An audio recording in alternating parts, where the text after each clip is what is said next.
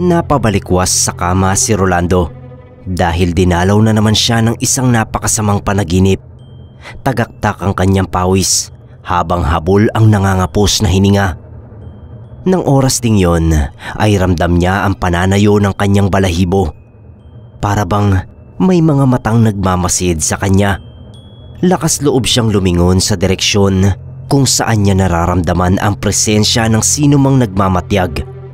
Wala siyang ibang nakitang tao, subalit napako ang tingin niya sa isang lumang orasan na nakasabit sa dingding.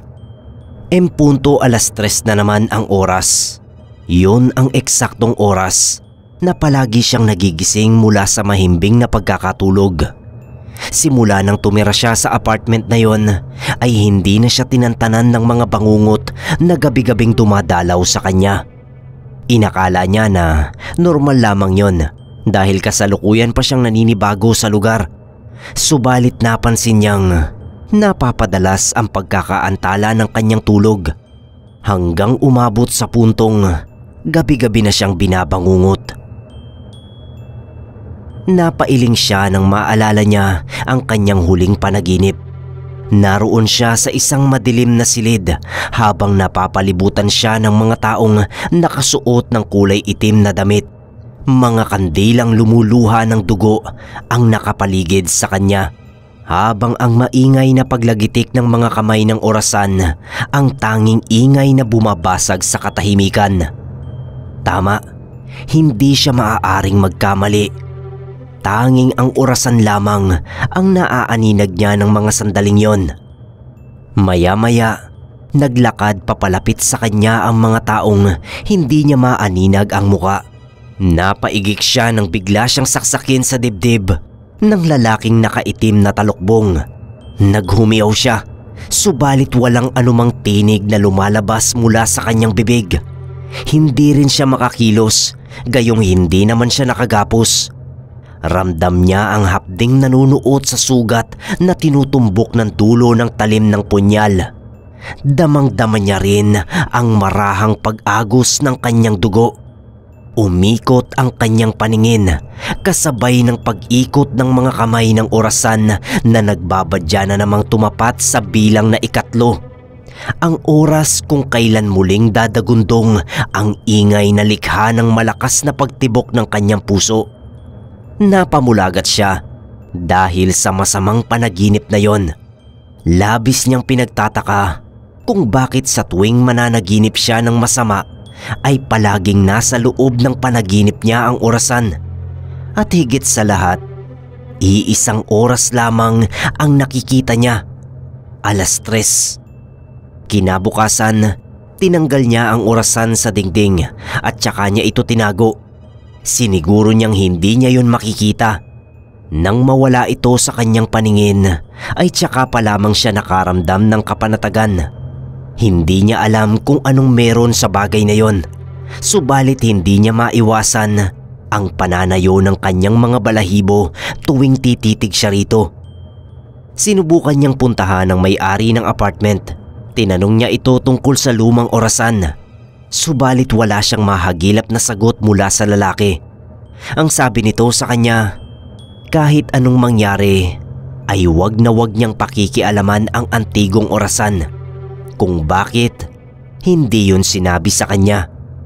Hindi na siya nag-usisa pa dahil wala na siyang oras. Kailangan na niyang pumasok sa trabaho. Habang nasa opisina siya ay gumugulo sa isip niya ang panaginip na paulit-ulit na dumadalaw sa kanyang pagtulog.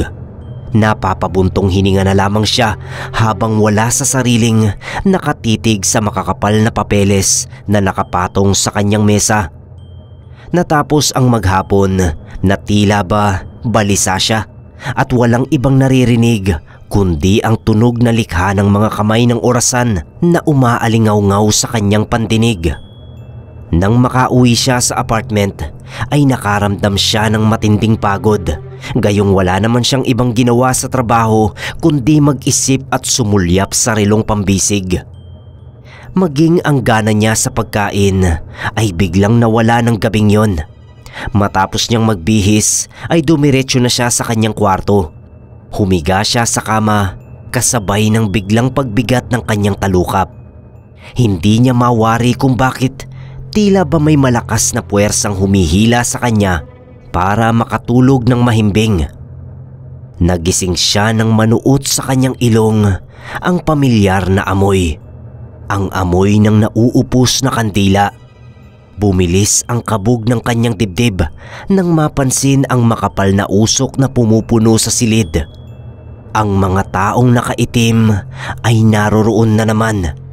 Nakapaikot ang mga yon sa kanya habang nagdarasal gamit ang mga wikang Latin. Lalo siyang nilamon ng takot nang mapansin ang isang bagay.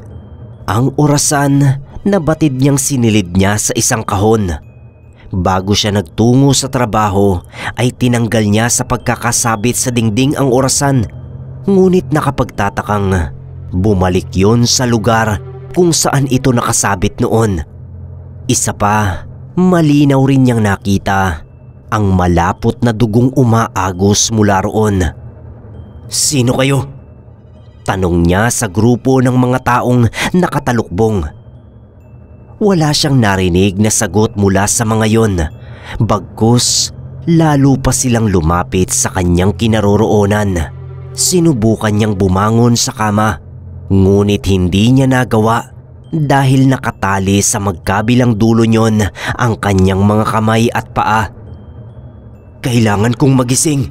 Alam kong panaginip lang ang lahat ng ito." Sambit niya habang nakatitig sa mga kamay ng orasan. 15 minuto na lang at sasapit na ang 3:00 ng madaling araw. "Panahon na para isagawa ang ritual." Anang lalaking may hawak ng punyal. Napuno ng katahimikan ang paligid. Tanging ang ingay ng orasan ang maririnig.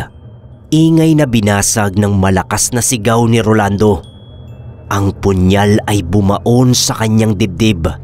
Nakita niya ang pagsirit ng dugo mula sa kanyang sugat.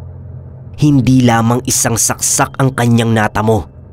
Paulit-ulit na bumaon sa kanyang katawan ang talim ng punyal hanggang sa hindi na niya magawang sumigaw. Bawat sugat ay pinapasukan nila ng tubo na ginagamit sa pang-embalsamo.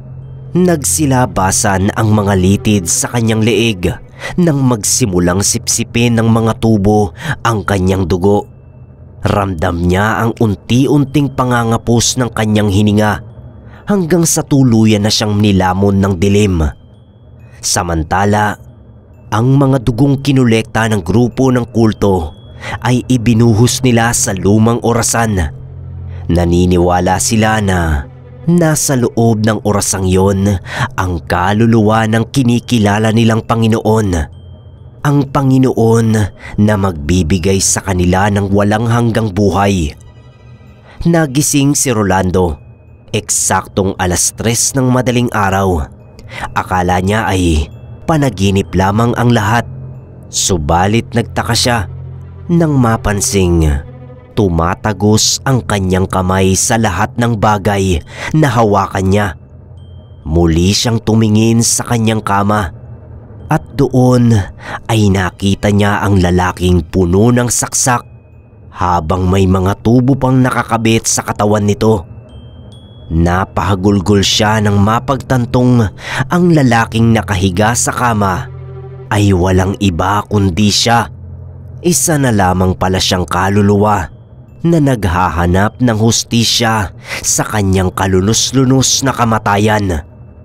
Kamatayang tanging ang orasan lamang ang naging saksi. Ang samahang pinamumunuan ng mismong may-ari ng apartment ay patuloy pa ring nangongolekta ng dugo para ibuhos sa orasan.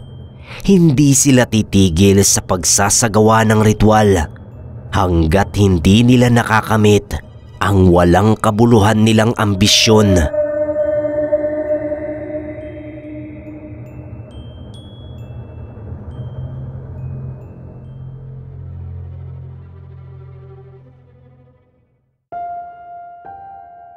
Sa bahay ni na Federico ay may grandfather's clock na nasa humigit kumulang 100 taon na ang edad. Namana pa niya yon sa kanyang mga magulang na minana pa yon mula sa kanyang lolo Pascual. Isang matandang gamit na pinagpasapasahan na ng ilang henerasyon. Sa paglipas ng panahon ay naluluma at kinakailangan ng paulit-ulit na ipagawa. Sa tuwing pinapagawa ang nasabing orasan ay kinakailangan pang magtungo ng nag-iisang tagagawa ng orasan sa kanilang bayan.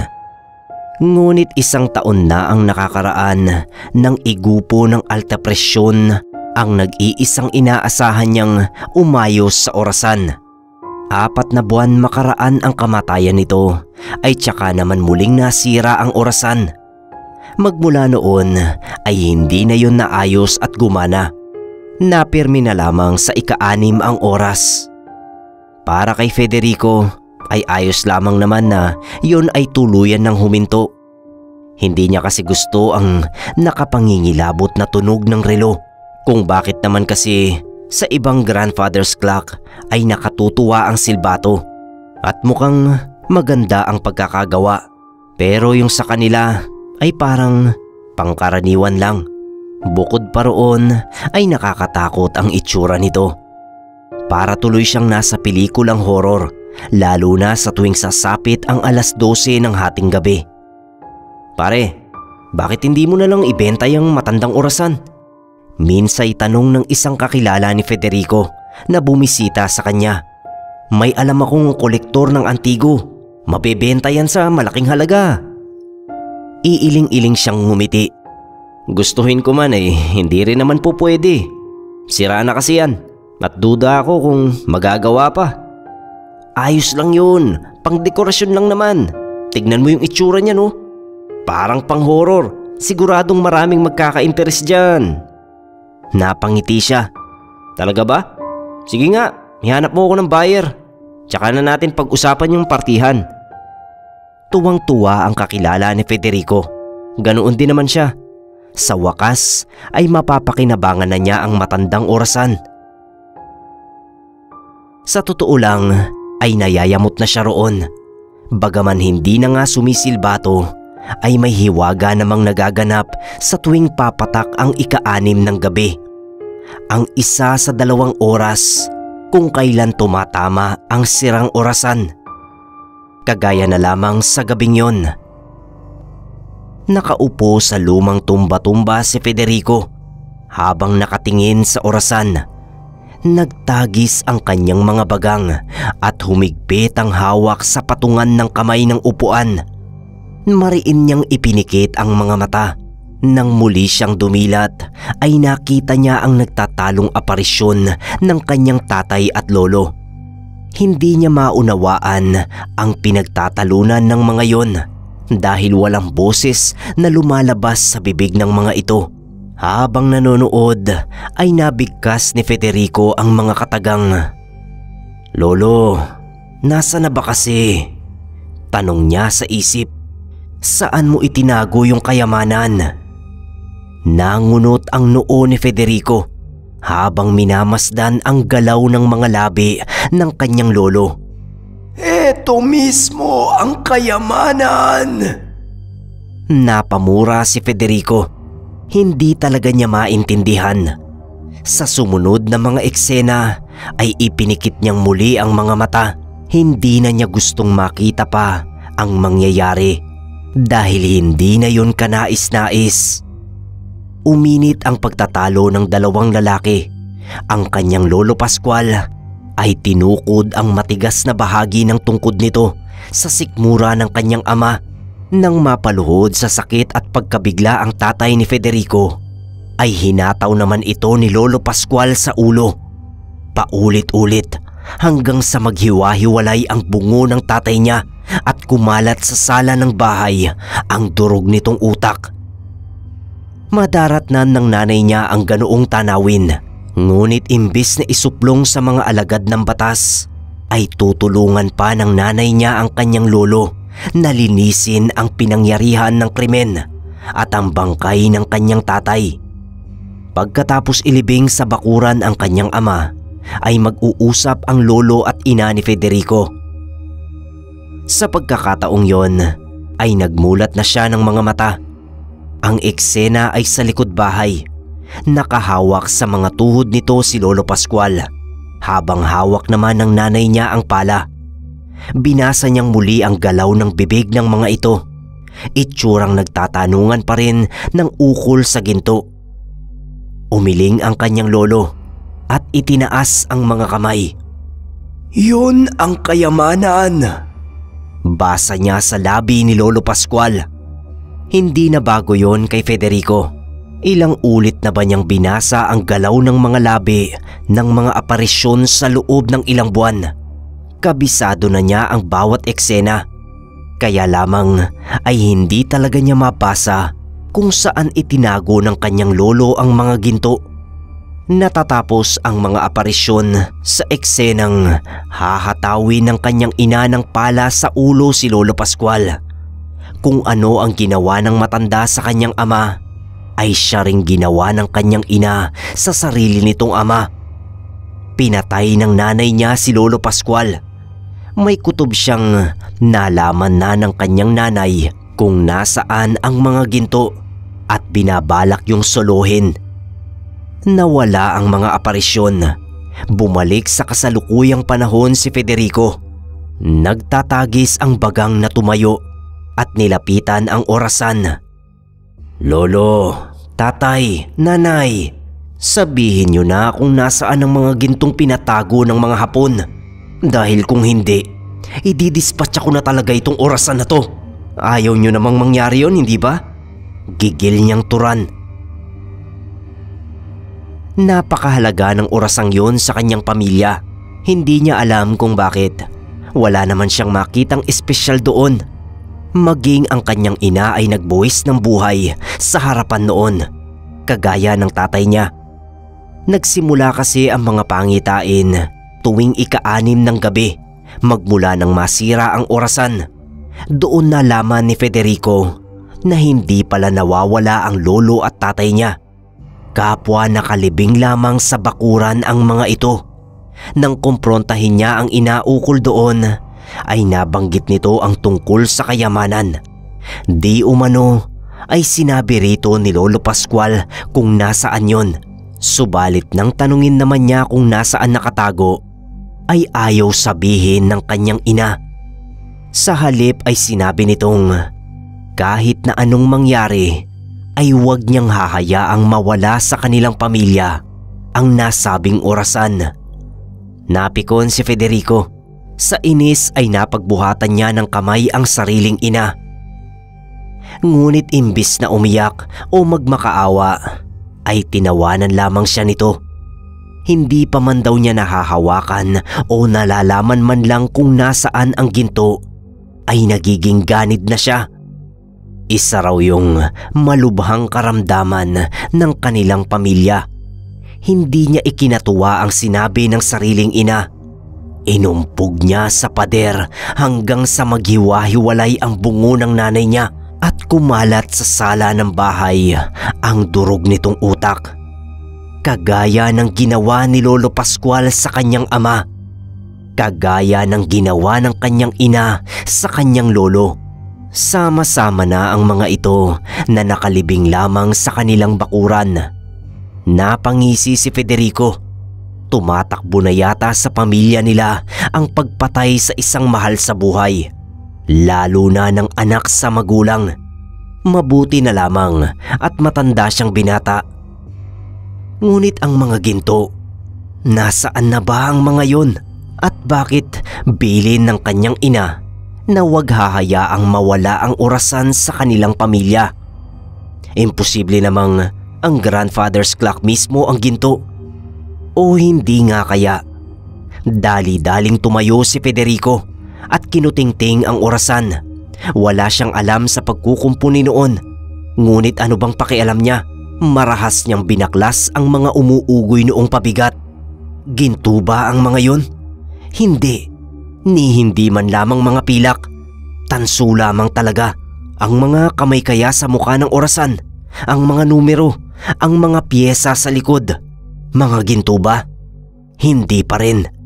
Nasaan na ba ang mga kayamanan? Gigil na nagtagis na naman ang kanyang mga bagang. Maghihintay na naman ba siya sa ika-6 ng gabi kinabukasan kapag nagpakita na ang mga aparisyon at mag-usap? Subalit, sira na ang orasan. Kahit pa nga maghintay si Federico, ay tila imposible nang muling magpakita ang mga aparisyon. Maaaring nagtapos na ang hiwaga. Hindi nakatulog si Federico. Ilang buwan na niyang hinahanap ang gintong yon. Nababaliw na siya sa kakapanood ng mga aparisyon.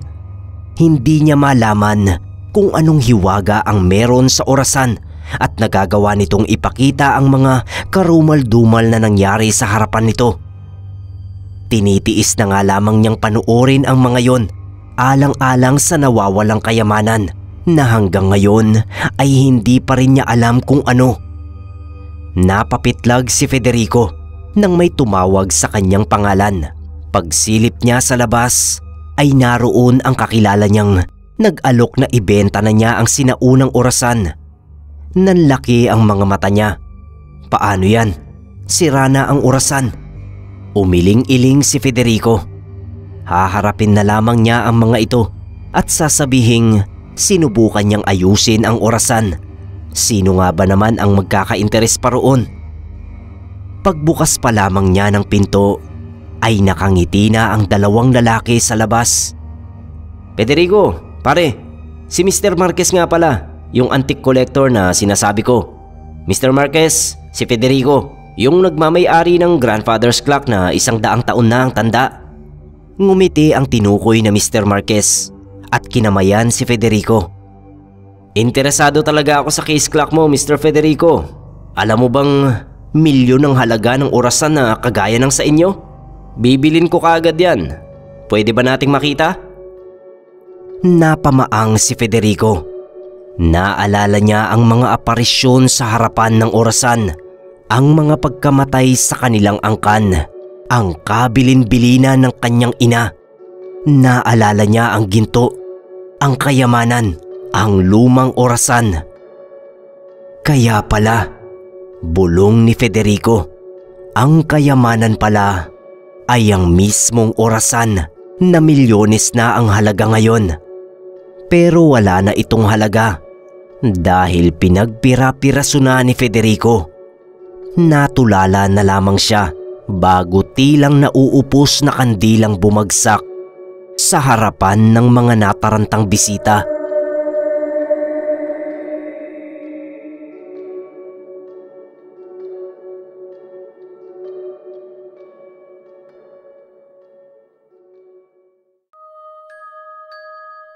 Araw ng kasal ni Rodney at Jane. Sa lahat ng mga regalong natanggap nila ay ang malaking antik na orasan ang pinaka nagustuhan ni Jane.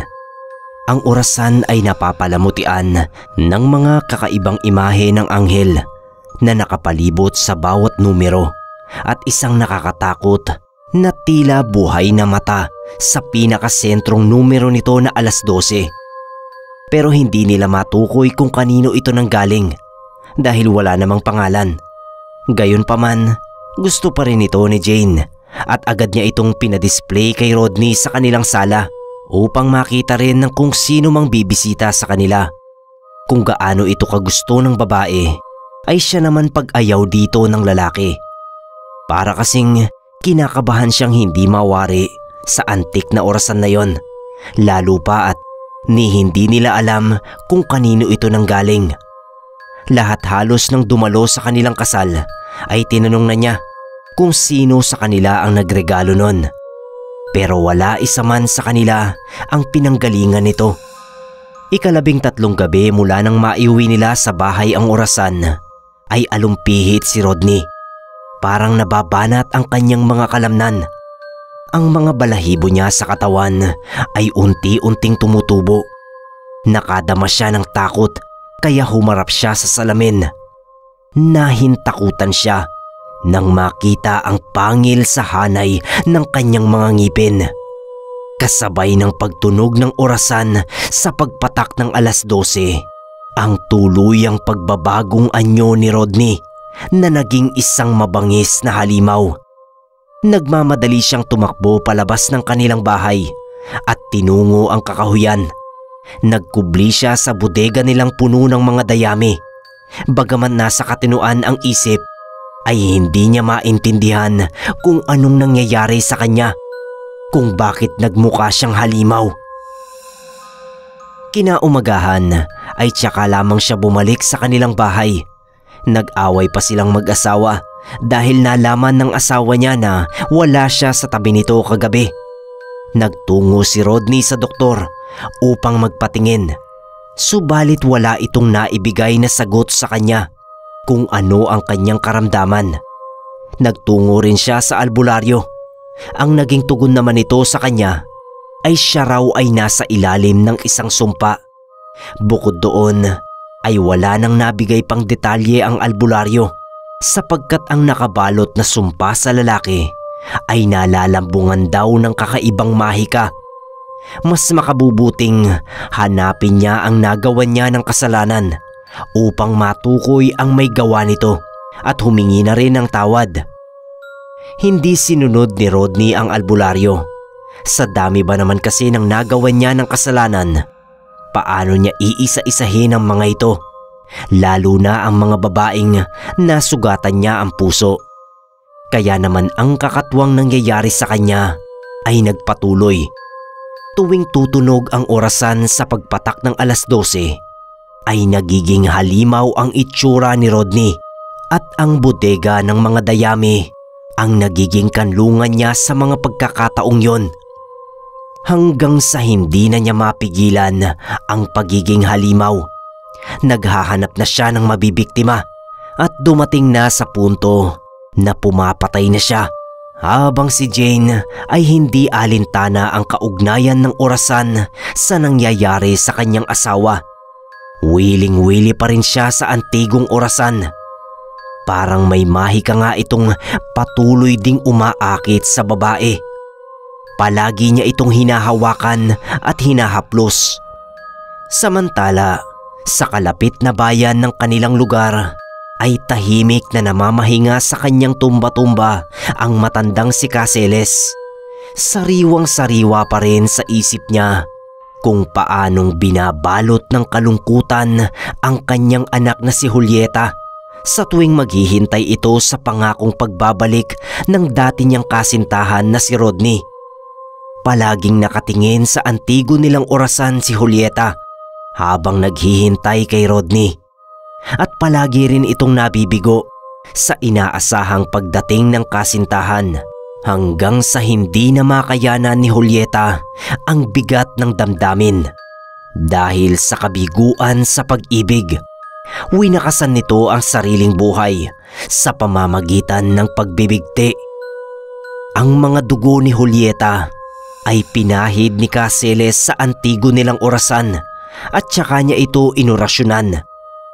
Ang mga kakatwang anghel na nakapalibot sa bawat numero nito ang magsisilbing paalala sa kanya sa kainosentehan sa pag-ibig ng kanyang anak, habang ang matang nasa sentro ng orasan ay ang kanya mismong third eye na magbabantay sa bawat kilos ng lalaking nanakit kay Julieta. Ang mga matang ito ang magtatakda ng oras kung paanong maghihirap si Rodney sa kanyang sitwasyon. Kung paanong aasa ang lalaki na sana ay mag-umaga na upang mawala na ang pagkahalimaw niya. Ngunit pagsapit ng gabi ay muling paghihirap nito bilang isang halimaw. Paulit-ulit lamang aasa si Rodney. Subalit paulit-ulit lang din siyang mabibigo, tulad ng ginawa niyang pagpapaasa kay Julieta at ibinigay na kabiguan dito.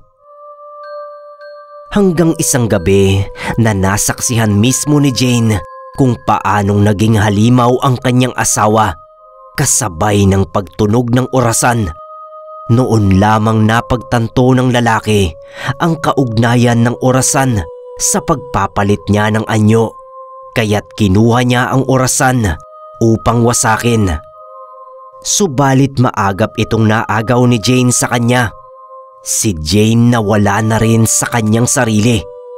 Labis ang pagkahumaling nito sa orasan na parang ito ang kanyang asawa at hindi si Rodney.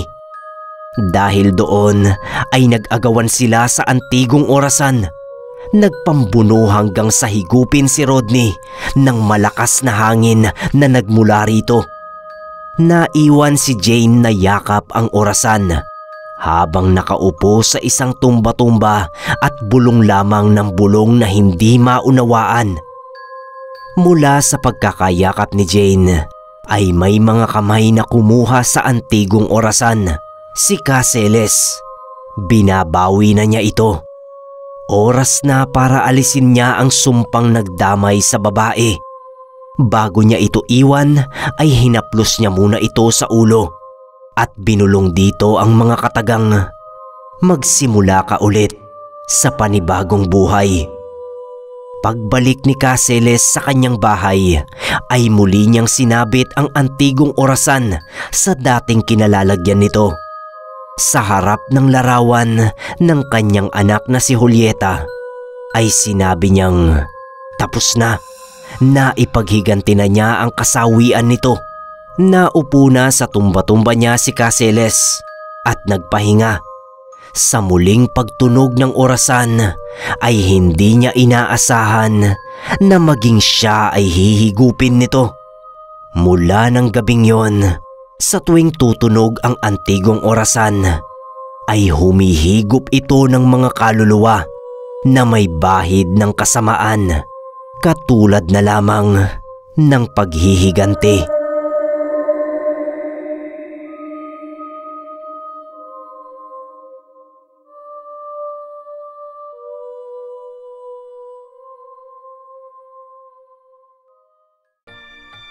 Mga kapasta, available na po ang Cazador Comics at ang Digma Cards sa store natin sa Shopee. Yung Cazador po ay yung series natin dito sa channel na sinulat ni Sixto Kage. Bali, episode 1 po itong comics. Tapos ito namang Digma Cards ay collectible cards. Sa ngayon ay may dalawang type ang mga ito. Una ay yung Historia Cards. Ito yung art ng mga story natin dito sa Pinoy Creepypasta. Pangalawa ay Nilalang Cards. Ito naman yung mga creatures mula sa Philippine mythology. Kukuha rin tayo ng creatures mula sa stories natin dito sa channel. Ang mga ito po ay ginuhit ni Sir Carl Comendador. Isa yan sa mga veterano sa larangan ng Pinoy Comics. Ang nirelease natin ay 2 deck ng cards na ito. 16 pieces bawat deck. Black pouch ay yung Historia Cards. Tapos red pouch yung Nilalang Cards. Dadagdagan pa natin yan mga kapasta. Kaya nga 3 digits ang nilaan ko sa card numbers. Available po yan sa Shopee store ko na Neb Kero Store. Nasa comment section po ang link para dito. Sana po suportahan nyo mga kapasta. Maraming salamat po.